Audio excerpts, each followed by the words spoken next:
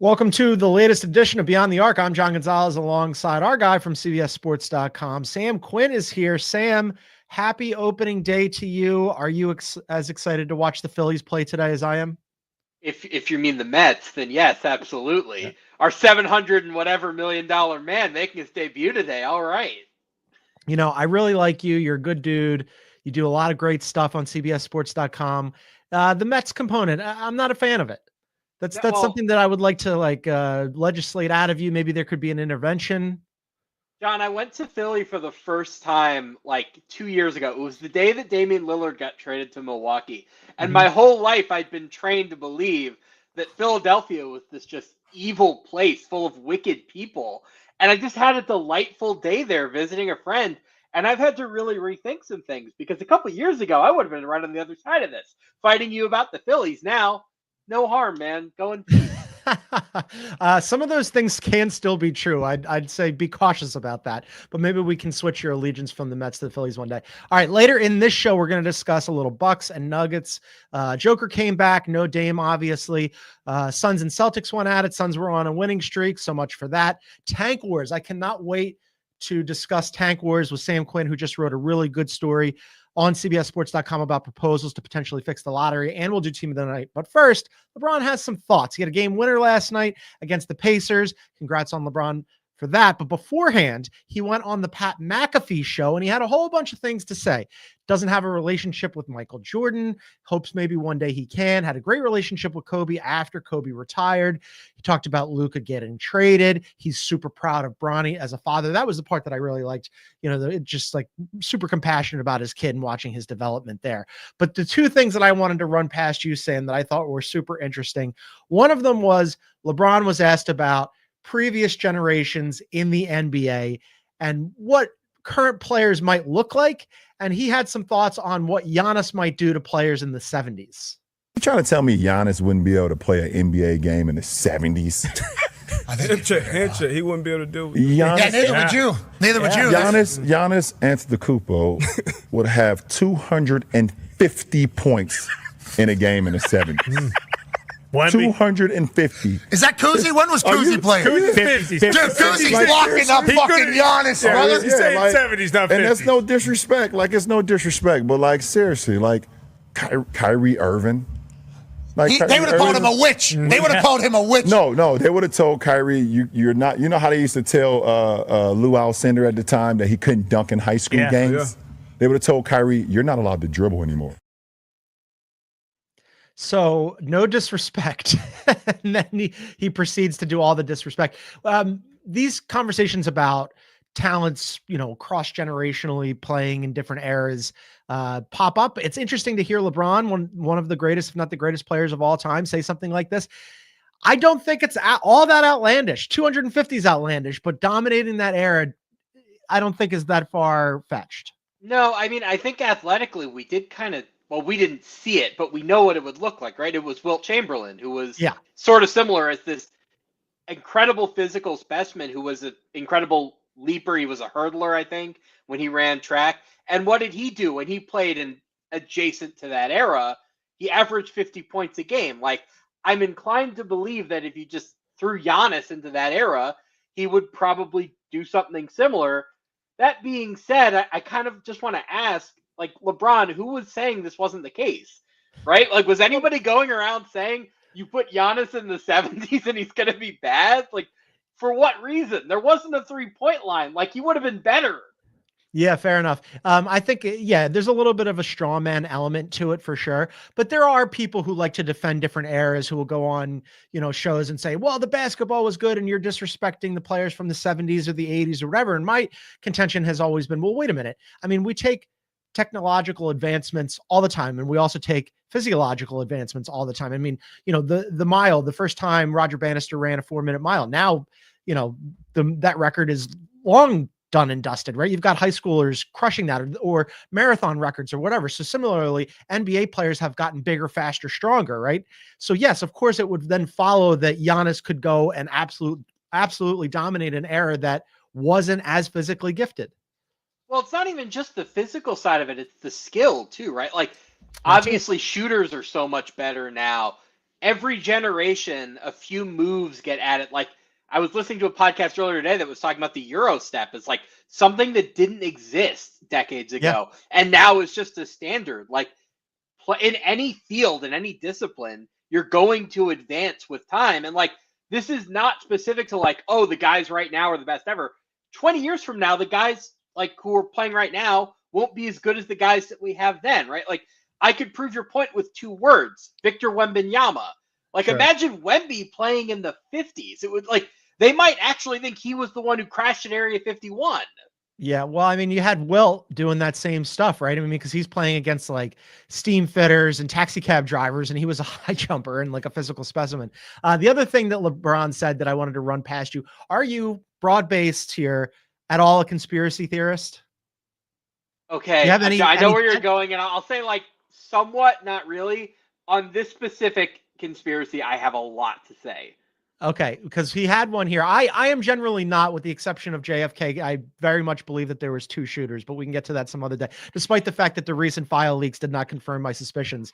LeBron had some thoughts. We're going to talk about the lottery a little bit later and how to fix them, but LeBron has some thoughts about how previous lotteries have unfolded. Listen, man, during the ball drop, during the lottery drop, Cleveland got the number 1 pick. I just don't think that was. What a coincidence! Don't you think? Wemby with the Spurs. Oh my God! Let's keep LeBron home. You know what? Patrick Ewing to the Knicks. Derrick Rose to the Bulls. Like, I understand the assignment, guys. I had to make sure that, I had to do my part. This is one I did a piece when I was at Sports Illustrated on the frozen envelope theory about Patrick Ewing ending up with the Knicks.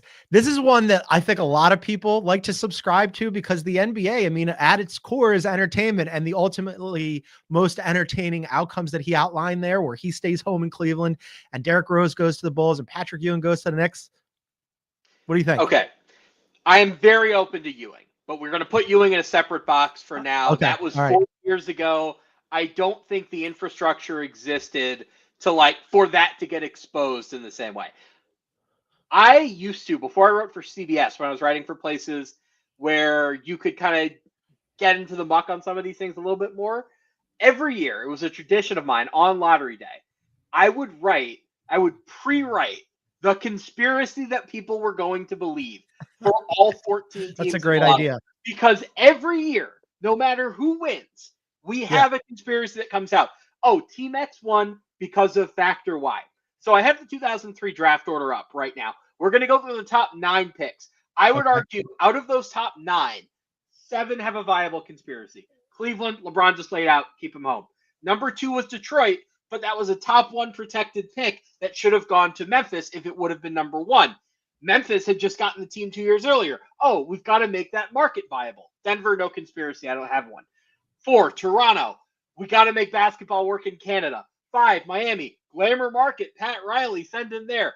6, the Clippers. Oh my God, LeBron and Kobe in the same city. Wouldn't that be incredible in LA? 7, Chicago. Oh, we're sending the next MJ to the old MJ's team. 8, Milwaukee. Don't have one. 9, the Knicks. It's New York. It's Ewing all over again. Do you see what I'm getting at here, John? There would have been a conspiracy no matter where he went. Yeah, and you know what? I'm in on it. Here's another conspiracy for you, or at least extending the one that we're currently discussing. Why is it behind closed doors? Why do they not televise the lottery drawing itself? Why is it just this big unveil where they previously take a bunch of executives and cloister them in a room where, yes, there are some reporters in there, but they take their phones and the whole bit, and it's like this big secrecy thing. And then all of a sudden it's just like, oh, it's revealed to the cameras. Yeah, I do agree with you. I'd rather they did that, but I think the reason they don't is the system is not great television. Like, for fans who don't know the way it works, they don't just pull out a ping pong ball and have a logo on there and it's like, oh, here's the Spurs. That's not how it works. You draw 4 balls out of the machine and they all have a number between 1 and 14. There are 1,001 different combinations, and you basically have the 4 numbers come out and everybody's looking at their sheets like, oh, who has this combination? That's not great television. I think that's why they don't do it that way. If they wanted to make it a system that was a bit more transparent, I'd be open to that. But like, I think the simplest reason that they don't show it like that is that it's not a good TV product.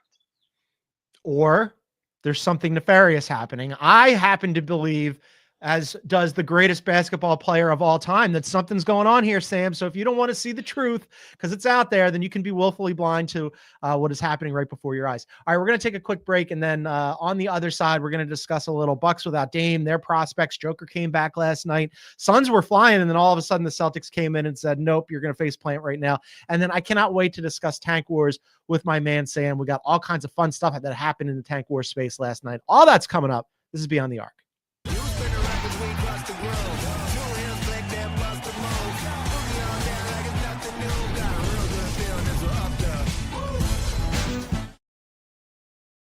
Yeah, welcome back to Beyond the Arc. A reminder, you can get us wherever you get your favorite podcast. Download, subscribe, leave a review, and then on Spotify, if you look below the play button on the Spotify app in full screen mode, you can tell us what you think about the show. All right, just some quick notes from last night, Sam. Bucks and the Nugs played. Nugs got the W. Joker had been out 6 games with an ankle injury. He came back none too soon, by the way, Sam. This is one of the most durable players in the NBA. He had missed 6 games all season prior to this, and then all of a sudden he misses 6 in a row in the, coming down the home stretch crunch as you're going into the playoffs. Not great for the Nuggets, but he comes back after missing 6 games straight. Goes for a triple-double last night. Looked excellent. All right, can I give you a conspiracy since we're on the topic? Yes. I think he missed those games to take himself out of the MVP race. I think he was sick of it. I think he does this every year. I think every year we hear, oh my God, Jokic doesn't care about MVP. Jokic doesn't care about MVP. Well, you know what? I think he was sick of the debate and he pulled himself out. That's what happened. You know what? Now you're on board. Now you're speaking my language. I love this. I want to subscribe to your newsletter. Well, how does Jokic hurt his ankle? His feet don't leave the ground. That's actually very funny. But the Nuggets obviously thrilled to have him back. They get the win last night.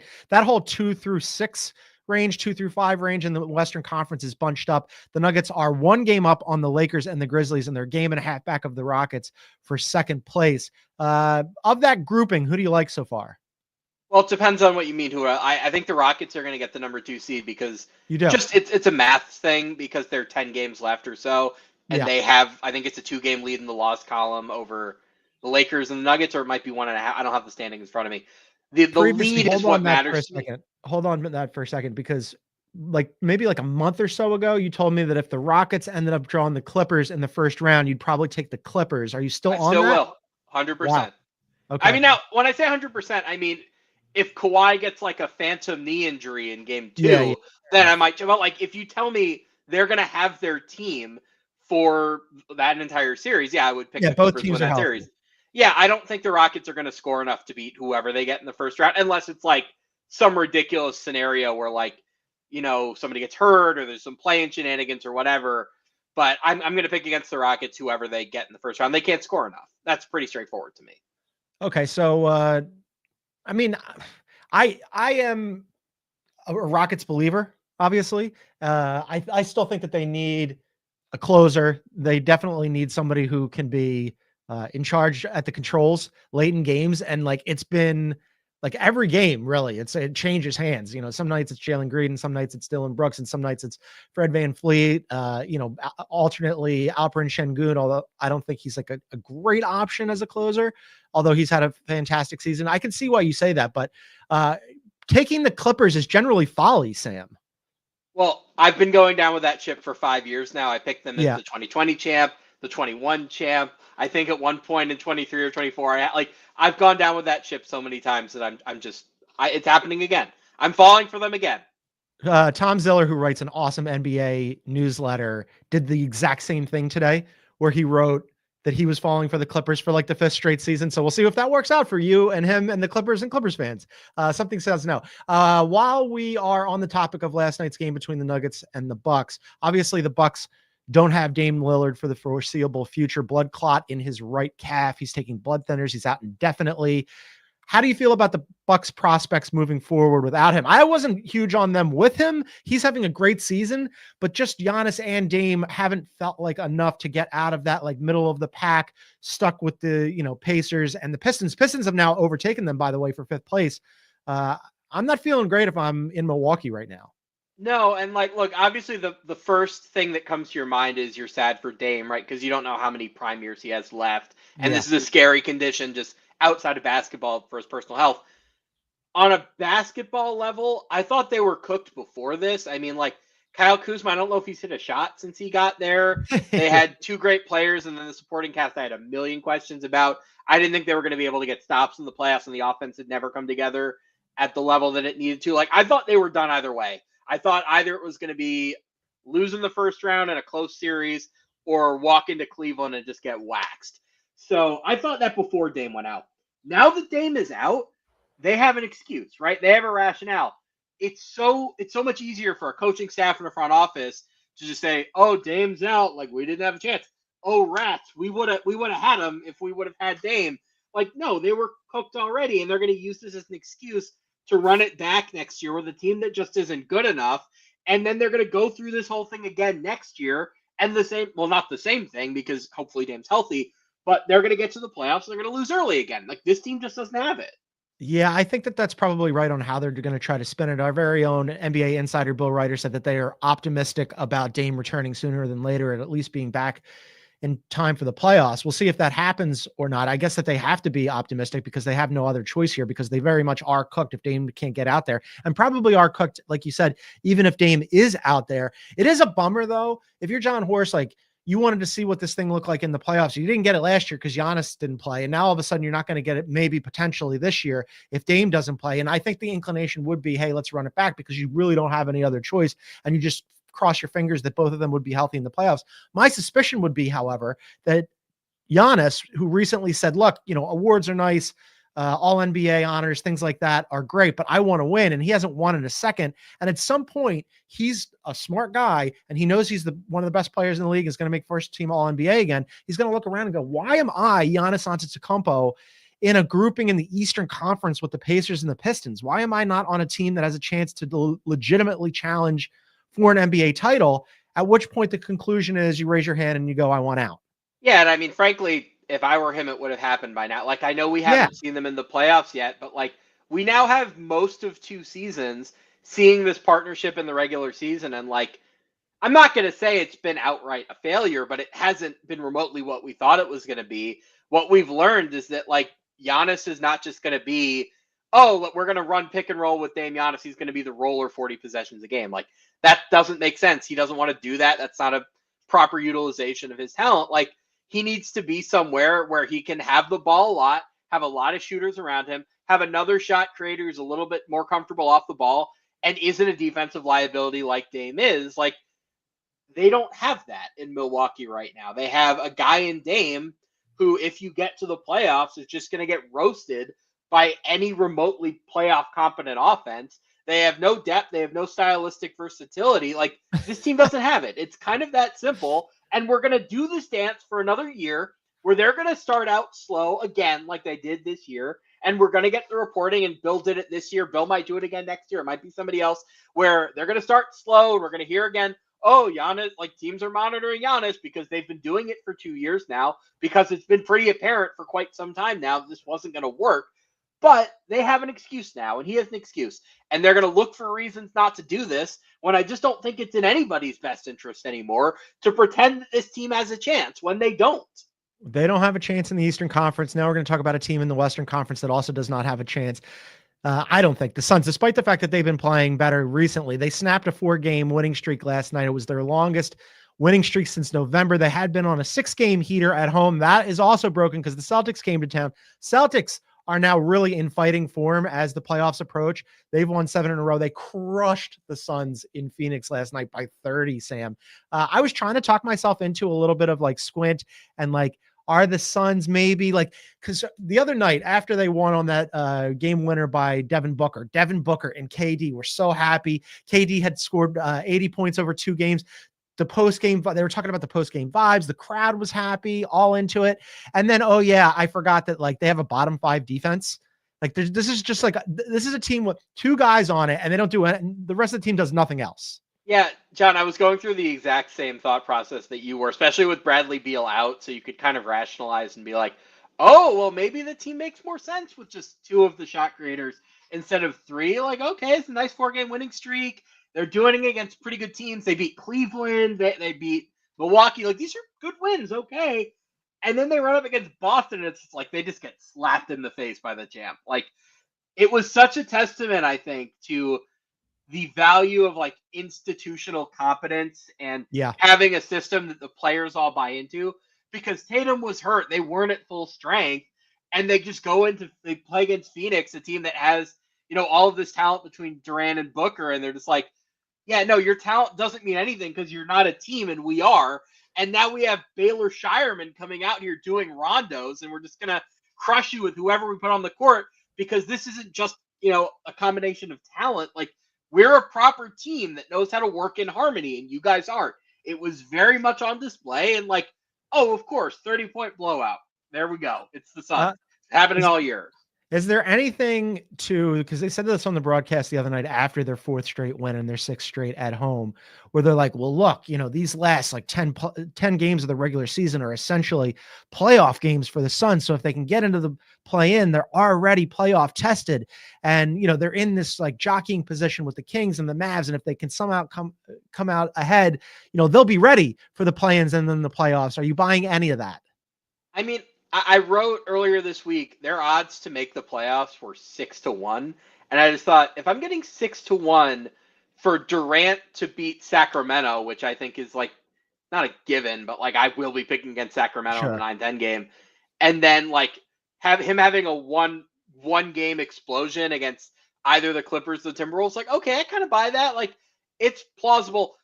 If they play Oklahoma City, like, and then they get steamrolled. Last year they played Minnesota in the first round, and I think they lose all 4 of those games like pretty significantly. It was like not close. It was like 70, 80 points cumulatively. Oklahoma City might win those 4 games by an average of 25 points. If you put Oklahoma City's like attention to detail and game planning against Phoenix in the playoffs, like they're going to run them off of the court. Yeah, I think so too. So that would be your door prize for somehow like getting out of the play-in, and then all of a sudden, here comes Oklahoma City. All right, we're going to take another break, and then on the other side, this is a very specific niche that we're going to discuss. If it's your bag, man, stick around, because we're going to get into tank wars, everything that's happening in the Eastern Conference between the Raptors and the Nets and the Sixers. They all were in action against each other last night, along with the Wizards. And then Sam wrote a really great piece about how to fix the lottery. This has been a subject across and around NBA circles in different media components. So we're going to get into all of that stuff. I love this stuff. That's coming up. This is Beyond the Arc. The clock never stops. Relive the greatest moments with uninterrupted highlights and more. It's Gareth Bale. Ronaldo. Wonderful goal. On the UEFA Champions League channel. Streaming free. All right, welcome back to Beyond the Arc. A reminder, you can find us on YouTube at Beyond the Arc CBS. Please hit that like button, leave a comment, subscribe, and if you click on the bell symbol, you'll get notified when we go live. All right, Tank Wars time. I love this. You wrote a piece on CBSSports.com about the lottery odds and how to maybe mitigate some of the tanking that's happening around the NBA. Kevin Pelton and Bon Temps wrote a piece. My guy Howard Beck at The Ringer has one up today. It's percolating around the league. People are talking about this stuff. Not long ago, when Sam Hinkie, our Lord and Savior, decided to take over the Sixers and really drive them into the ground, the NBA freaked out and changed the lottery odds. First, worst pick went from 25% chance of getting the top pick to all of a sudden smoothing it out, so it was uniform at 14%. You've got some ideas, though, on what else they could do here, because look, it's been pretty blatant this year. The Jazz got fined $100,000 for sitting Lauri Markkanen. The Raptors' 3 leading scorers, Scotty Barnes, RJ, and Emmanuel Quickley in March ranked 11th, 12th, and 13th on the roster in fourth quarter minutes, which chef's kiss, kudos, game recognized game. I love that for the Raptors. I actually am very pro tanking, Sam, but we can put that aside for a second. Why do you want to change this, and how would you do it? Okay, what I want to stress is, like, I don't blame the teams for doing this, right? Like, yeah, me neither. Philly especially, but Toronto and Brooklyn and all these teams that are really going all out with it, like, they are acting in their own best interests. Like, it is the responsibility of the teams to make the best decisions for themselves competitively. It is the responsibility of the league to set up an incentive structure that makes sense from an entertainment and financial perspective, right? And nobody wants to buy tickets to a Jazz game thinking, I'm going to see Lauri Markkanen play against Scotty Barnes, and then you go and Markkanen's out, and Scotty is quitting the game in the third quarter. Like, I don't want to say quitting because I don't want to imply that that's just not playing. But you get the idea, right? Like, you don't want to set up a structure where this is incentivized, and you can't get rid of tanking altogether. Like, as I wrote, what we've learned throughout the history of the draft is you have to have some mechanism where the worst teams are getting the best prospects. The league back way in the day, in the 60s and the 70s, or 50s and 60s rather, they had the system called the territorial pick, where basically if a player played in college where near your city, you could just take him outside of the draft order. That was a disaster. That built the Celtics dynasty. It built the Showtime Lakers. Like, it had all of these ramifications that were totally unfair and showed us, like, the basic structure of worst teams pick early has to exist. But it's clearly being exploited now, where you get to the end of the season and it's not the worst teams that are getting rewarded. It's the teams that are most egregious, right? It's Philly, it's Toronto, it's, those teams in that range. Well, can I just pause this for a second? Yes. Because, okay, those teams that you just rattled off, they don't really have any chance they really didn't have any chance to do anything this season. And I would argue at the beginning of the year when the Sixers and everybody was like, oh, Embiid's going to come back and PG and Maxine, won't they be great? And if they can just get into the play and something crazy will happen. Really early on in that, while the rest of the national media and national basketball observers were spouting that, people in Philadelphia were like, this sucks. I hope they tank. Now they're doing that, and Philadelphians are more engaged. Philadelphia Sixers fans are more engaged. I realize that we are very much a broken group of human beings, but there is an entertainment value to it that's like, it's inverted. I admit it. It's weird and it's upside down, but Am I like, I'm not alone with, there's a whole city of people who like tanking. Remember, John, it's a very specific city. It's a city that worshipped at the altar of Sam Hinkie. I don't know if this is going on everywhere. Number two, what does engagement here mean, right? Does it mean they're paying for tickets to go to these games and watching them on TV? Or is it just that they're engaged online and talking about it? Because at least it's some degree of hope. It's something they can actually like sit around and, like have something to root for because there wasn't anything before. Ultimately, like, look, there are going to be a certain number of teams every season that are just out of the race, right?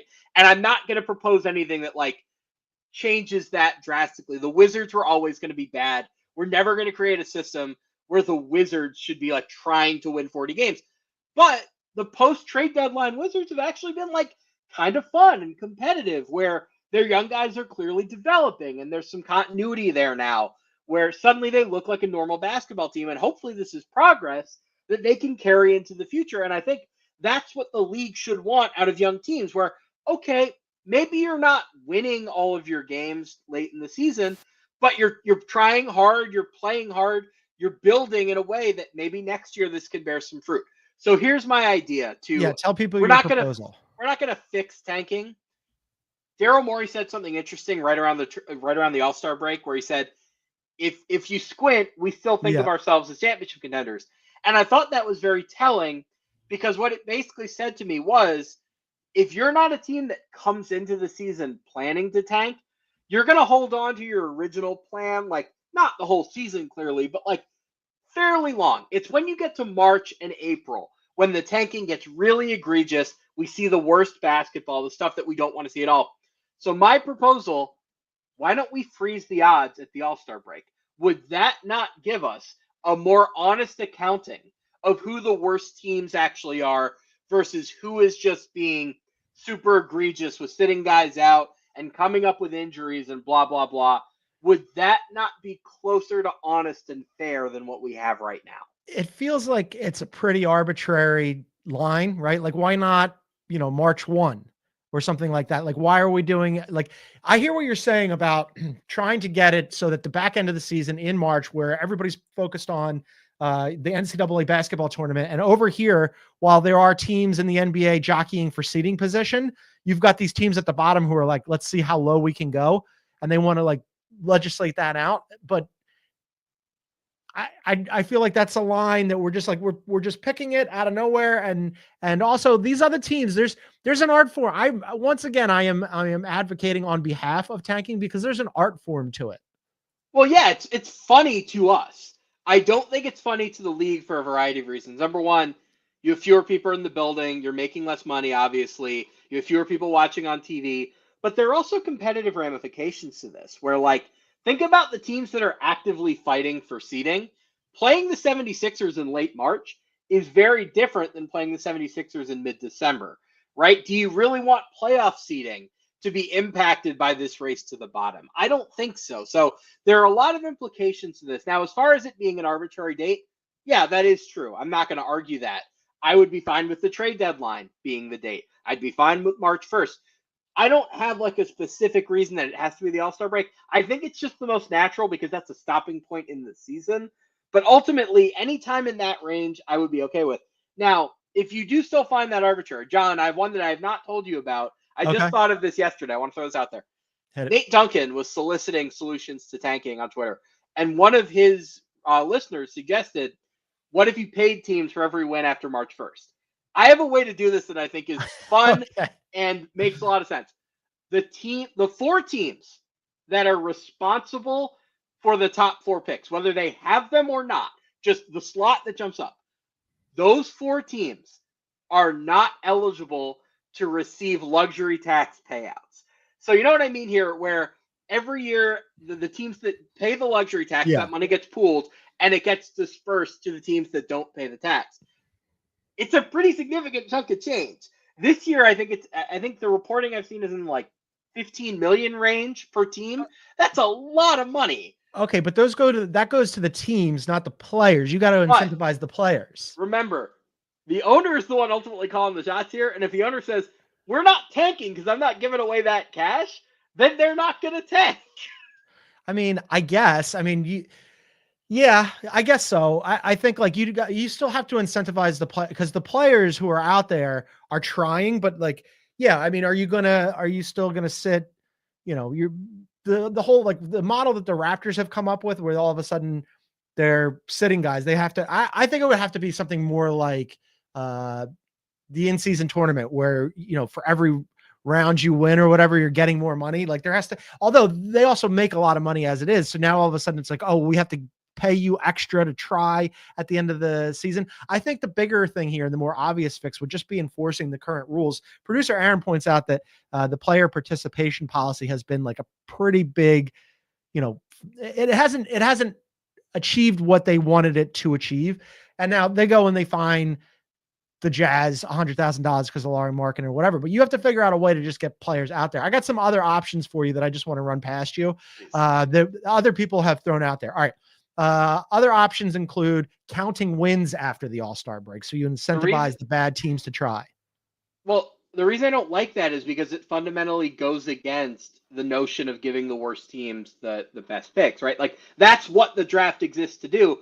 Some teams are bad because they try to be bad. Some teams are bad because they're just bad, right? So I don't want to put us in a position where like the Wizards never get a top pick because they can't win games in March and April. So they're just like perpetually picking 7th or whatever. Like, I don't think that makes sense either. I think it's a fun idea, but I don't think it's a practical one for the purposes the draft is actually trying to serve. All right. What about flattening the odds even more? They used to be that all the non-playoff teams had the same odds, and that stopped when the Magic got Shaq after going 41. But that's why we can't do that, right? Like, imagine a year like Cooper Flag this year, for instance. I don't know, like, well, I was about to say Phoenix. Phoenix doesn't have their pick, but like, imagine you have a really competitive West where there's a really good team that like falls down, like is the 7 and loses 2 playing games, and then all of a sudden they get Cooper Flag, and it's just like that doesn't make sense. I don't think anybody wants that, right? I don't think anybody wants a situation where like, the Lakers have been in the play-in the last few years. Imagine the Lakers getting Cooper Flag, or the Heat in the play-in, and then the Heat, they could have made the finals, instead they get Cooper Flag. I just don't think that accomplishes what the draft sets out to do, right? Like fuel for conspiracy theories with Cooper Flag ending up on the Lakers. What about, here's one more for you. What about the lottery odds being determined by lotto team records against each other? So it'd be the lottery teams, just their records against each other. So if you're the best lottery team against the other lottery teams, you get the best percentage chance of getting the first pick. But wouldn't that just kind of broadly do the same thing? Or like the team in the number 14 slot is theoretically the best team of those 14, so they would just get the best lottery slot. Like, I don't like that. Just seems like we're doing the same thing with extra steps. I guess the idea is that you really would try to get these teams that are bad to try harder, right? Like the Raptors right now are getting around the player participation policy by playing guys like 25 minutes. And then all of a sudden Scotty Barnes gets really tired and has to sit down for the entire fourth quarter. This whole thing would be, man, like we have to win games, because if we don't win games against the other lottery teams, then our odds are going to suck. Now, the problem with that is you probably make teams like the Wizards and, the Jazz and whomever that are like actually bad teams worse in the long run. It's going to be harder to climb out of the basement. Well, actually, no, what would happen is you'd have a team that's in the play-in range that would look around and say, like, actually, it makes more sense for us to miss the playoffs and then have the best odds of the number one pick, right? Like, that's the danger that you run into with any structure like this. Any structure that we come up with has to abide by the basic structure that the worst teams are getting the best picks, because the whole goal here is the worst teams get good picks and then they become better teams, and it balances itself out in that way. It's not perfect, but broadly that's what we need to be trying to do. And I don't think there's any scenario where we can fully accomplish that, just because like if we're either going to have teams that are stuck at the bottom, or we're going to have a situation now where teams, like if there's any incentive to lose, teams are going to lose. So all I'm going to say is we need to take incremental steps. It's never going to be perfect, but we can get a little bit better and a little bit better and a little bit better, as we've been doing over the years. I don't know what the exact perfect balance is. I just know that Quentin Grimes getting a rest designation on the injury report is not where we want to be. Can I just tell you, though, I mean, like the way that the league reacted when I was covering the Sixers in Philly when Hinkie was in charge, and like foisting not one but two Colangelos on that organization and changing the lottery odds. If Hinkie was still in the league and they were doing what the Raptors are doing now, they would tar and feather him and parade him around like down Broad Street or something. Have I told you what I think Sam Hinkie should have done to save his job? Please do. He should have signed Allen Iverson his first year. Here's why. Allen Iverson was still like broadly, like he was done, but he was like still basically like at a point where he could have played, and just given him a bunch of money on like a 1-year deal. Because the real issue that the league had was owners were getting mad that the Sixers were coming to town and nobody wanted to buy tickets because they were like so historically inept. They just needed to sell more tickets. If Allen Iverson was on the team, maybe they could have done that, or like find the Carmelo free agent who's famous, but he's done, so nobody wants to sign him, sort of like sign the guys like that. The agents were also really mad because they weren't spending any money. You could have fixed that with big 1-year deals to like power agent older clients. Like this was very fixable on Hinkie's part. He was just too stubborn to do it. Listen, I mean, nobody loves AI more than me, but you're talking about like he was like 5 years removed from being not just like relevant on a basketball court, but like capable of doing it. You forget that Hinkie came in 2013-14. Allen Iverson got brought back to the Sixers in like, I think it was like 2010, early 2010. It was the 09-10 season where they just brought him in to like parade him around. He essentially became the team mascot and still is to this day. They run him out there for big games and he sits in his seat and he does his Allen Iverson thing. You're talking about like 5 more years and then bringing him back again. He would have had a walker. Well, don't do it with Iverson, but do it with some other famous guy, right? There's always a famous guy who's like either just retired or like is a free agent waiting for, and just say like, we're going to give you $20 million on a 1-year deal, and you're going to help us sell some tickets, and we're going to get the other owners off our back so we can tank in peace. The Sixers were not the first team to tank. They just did it more egregiously than anybody else, so they got in more trouble for it, essentially. Like, I thought it was like a little bit extreme, but it was clearly a situation where this wasn't just, oh, they're losing on purpose. It's they're losing on purpose in a way that's costing other teams money, so that's why the league stepped in. Sam was too smart for his own good. I was totally on board with what he pulled off. I thought it was genius, but now I agree. He was right. Sam Hinkie was right. And if you really look at what's happened to the Sixers since Sam Hinkie left, every general manager has messed something up in a new successive way. Like, don't look at where the Sixers are now and say, oh, the process failed. No, the 4 general managers that followed him all failed, right? In their own unique ways. Colangelo, unique scandal. We've never seen anything like that in NBA history. Brett Brown is running the team for like 3 months, but in that time, trades Mikal Bridges for nothing. Then you have Elton Brand, who chooses to buy his Harris over Jimmy Butler, and then Daryl with the James Harden, disaster, the Simmons layup, blah, blah, blah. Now you trade Al Horford to get off a pick that now might be number 7 overall. Like, every general manager that has succeeded Sam Hinkie has torn down another element of what Hinkie built. This wasn't Hinkie's fault. It was everybody else's. That litany of everything that's gone wrong with the Sixers is exactly why I'm pro tanking, because that's the one bright silver lining and an otherwise stormy, dark cloud of an organization. Let's do Team of the Night. Team of the Night. I'm going to go with the Lakers. It's an obvious one, given that they win on a buzzer beater by LeBron. But it had been a little shaky since LeBron got hurt for obvious reasons. LeBron was hurt, and LeBron still is hurt. He's not at 100%. But that's a big win on the road against a good team. And hopefully that's something that can help get them back on track as they try to get, if not the 2 seed, let's avoid, 6, let's avoid 5. So I'm going to give it to the Lakers. That's a good one for the Lakers. Lakers 6th time that they've been Team of the Night.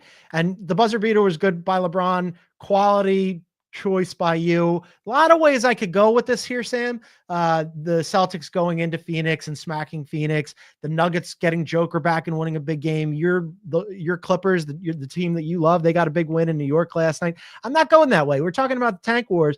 Give me just a professional L by the Philadelphia 76ers last night, who found a way against all odds to lose to the worst team in basketball, the Washington Wizards, last night at home, by the way. Just genius level tanking by them. Somehow the 7th time that the Sixers have won Team of the Night. I suspect that 6.5 of those were tongue-in-cheek sarcasm, but yeah, professional L last night.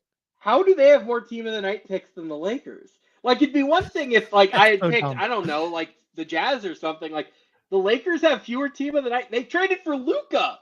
I think that I gave them Team of the Night, when they shut down Embiid. I think I gave them anytime that they do something. That time Yabusele scored 30. Yeah. Oh, hey, they got Quentin Grimes, Team of the Night for them. All right, that's going to do it for us today. We'll be back at it on the show tomorrow. Bill and Brad have you covered. I believe it's Brad, or unless it's you. It's going to be me and Brad tomorrow. It's going to be you and Brad tomorrow. Okay, fantastic. Sam and Brad tomorrow on their maiden voyage. Come and join them. They will be live on YouTube at 12 p.m. Eastern. We did a bonus show with Seth Curry yesterday. I believe that they're going to get into that a little bit, so be sure to check that out. You can find them on YouTube at Beyond the Arc CBS. But for now, for Sam Quinn from CBSSports.com, I'm John Gonzalez. Thanks for tuning in, everybody. See you tomorrow.